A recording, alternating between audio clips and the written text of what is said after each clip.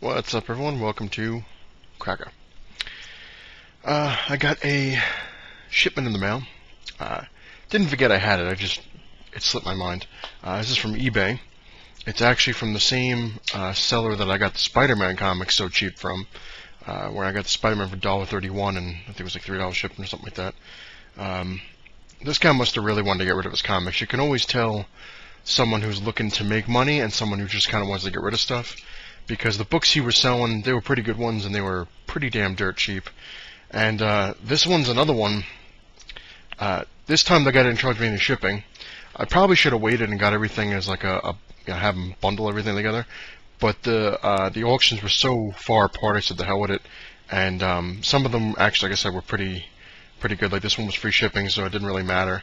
The other one was $3, and I won something else from the same seller, extremely dirt cheap, which that should be coming around, I think, hopefully next week, and that's the last of my packages from eBay.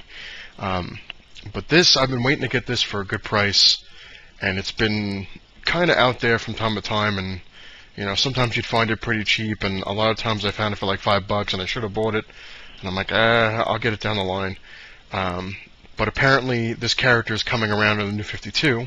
There's your hint. So I figured, what the hell, and like I said, the seller that I got the Spider-Man from, he had this on there, again, dirt cheap, and nobody bid on it. So, yeah, I won this for $1 and free shipping. And that is Superman, Man of Steel, number 18, the first Doomsday, which he has it down as very fond and near mint, which is, it looks pretty true. But there we go, the first appearance of Doomsday for $1. $1. I guess because I didn't get a house, maybe the comic gods are now saying, hey, let's give them a little bit of a break. So free shipping and $1, that's very cool. I want to thank everybody for the comments when I mentioned what was going on with the house. I do appreciate it. It's very nice of you guys. My fiance was reading some of the comments. Gimpy's comment made us laugh. So, Gimpy, you truly brought a smile to our face. We laughed. And Hero Hunter 81 and Andrew Osborne, thank you guys. Appreciate it. And Anne Rain, I can never remember the damn number. Well, you know who you are. Thanks. But you know, we're just kind of gonna try to go with the flow. Like I always tell my fiance, my mother's famous words were adapt. Always adapt. No matter what you do, adapt or you're going to get crushed. And I forgot that lesson for a while. Sometimes I didn't go with that thing, and that's what happens. You kind of get like fall off your horse and get back up, get on there. So we're adapting.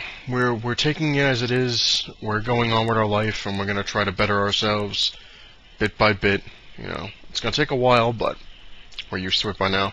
I'm going to try to get a job. That's a huge thing that I've been trying to do for a while, and what it really comes down to around here is just, and anywhere actually, just about timing. You have to be in the right spot at the right time. So I'm going to try to do an overhaul on jobs. I'm pretty much going after everything. Just going to go through the wanted pages, go through that, see if I can qualify for any of that stuff, walk to all the stores around here and see what I can do, put out in applications.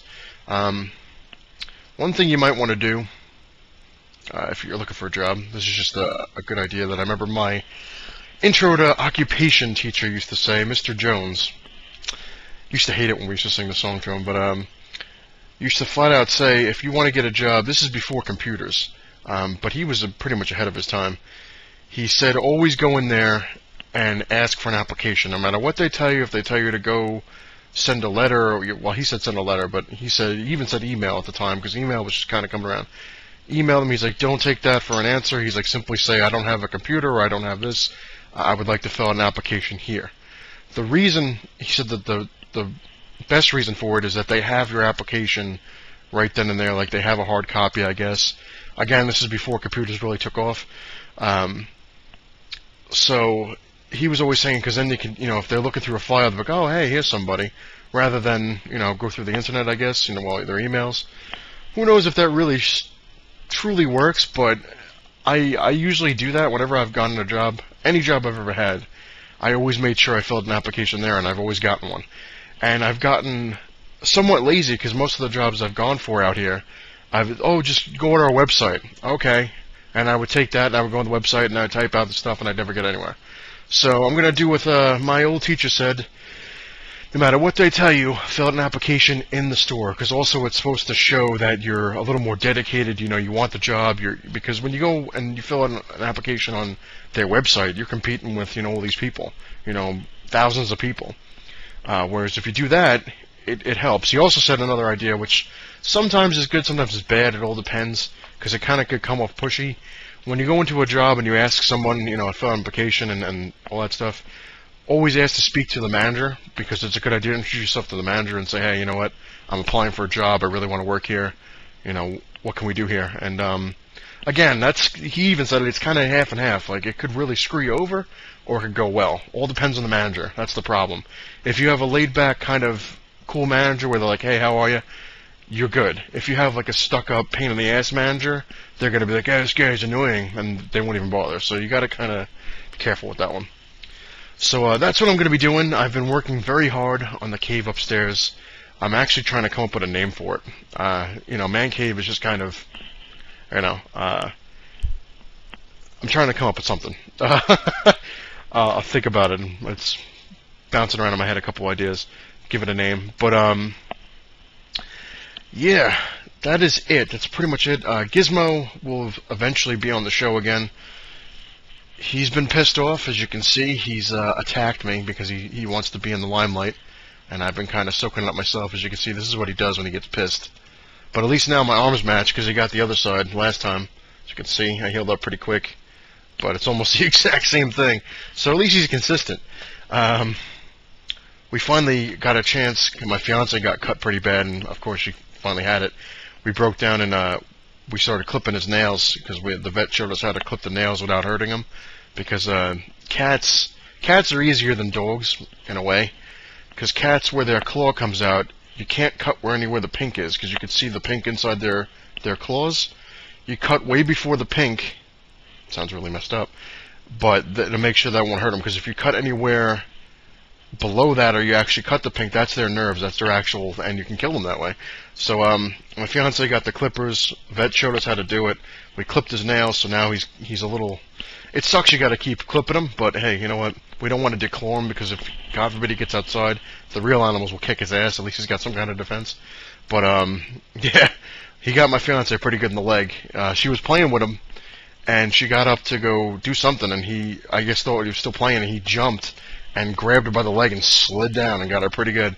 So yeah, good times. So Gizmo's banned for a little while until he calms down, then he can be on the show again. But he'll definitely make an appearance before I end this season. I'm probably going to go to 50 episodes and then end the season. That's what I've been trying to do with a lot of the seasons. The 50th episode will be my video I should have put up a long time ago. It's the way the room, I had redid it before I redid it again. So that'll be the last episode. So whatever number this is, and then, I guess I'll do a couple more, and then that'll be the last episode, and then we'll make a new season. And the first episode of the new season will be the completely revamped cave. And which is impressive. I've been busting my ass up there, and my friends like, if you'd bust your ass more on other things, you'd. Yeah. I was like, hey. It sucks because I can't really do what I wanted to do, but it's come close. It's coming pretty close to the way I wanted to have it. It's just the way. The room isn't really small, but it's not very big. It's like medium. So you can do a lot of stuff, but you can't do everything, and I have so much stuff. I have like boxes and boxes and boxes of stuff I can't even put out. It's insane. Like I said, I actually had to go through all my DVDs, which is close to 4,000 DVDs, give or take, depending on how you count them. I had to go through them, and I had to actually. I plucked a few, quite more than a few. I picked a couple hundred actually. That I don't really watch all that much, and had to box them and put them away so I could put the ones that I do watch up there at least. And so it's insane when you see the way it is now. It's but it's accessible, if that makes any sense. Like a lot of things now, I have a better understanding where it is, because before I just kind of threw everything in there and I'm like, here you go, I'm not going to be here long anyway. Doesn't matter. But now that we're going to be here for, who knows, in an indefinite answer, I kind of organized a little better, so now I know where everything is. I know where all the DVDs are all. I organized them, by actor and by this and by that, and animated over there and video game ones over there and blah blah blah. You'll see it, and I'm trying to get a few other things in there to fix it up to make it look really really nice, and then you'll see how much work I truly did, because you can compare it when you see the difference of this one from the other videos. Oh, good God. But anyway, that will do it. I made this video long enough as it is, and I'm going to go put this in my collection, because I do have the trade paperback, so I know how this all went about, but I just really wanted to have this one, and for $1 I couldn't go wrong. So that's pretty damn cool. Yay! Some luck here and there. But again, thank you everybody. I appreciate it. Please like, comment, subscribe, dislike. I know I lost a few subscribers. I had 237, now I'm down to 235. Yay! But no big deal. No big deal. I'm not really into it for the subscribers. I appreciate everyone who subscribed. You guys are the best, and for those who have stuck around and actually watched this thing, thank you all very, very much. But, you subscribe, you leave, hey, whatever. It's not going to bother me either way. So, again, before I start rambling about other things, it's not the size of your cave that matters, it's what you have in it, and when the new cave is done, there's a lot in there. Later, everyone.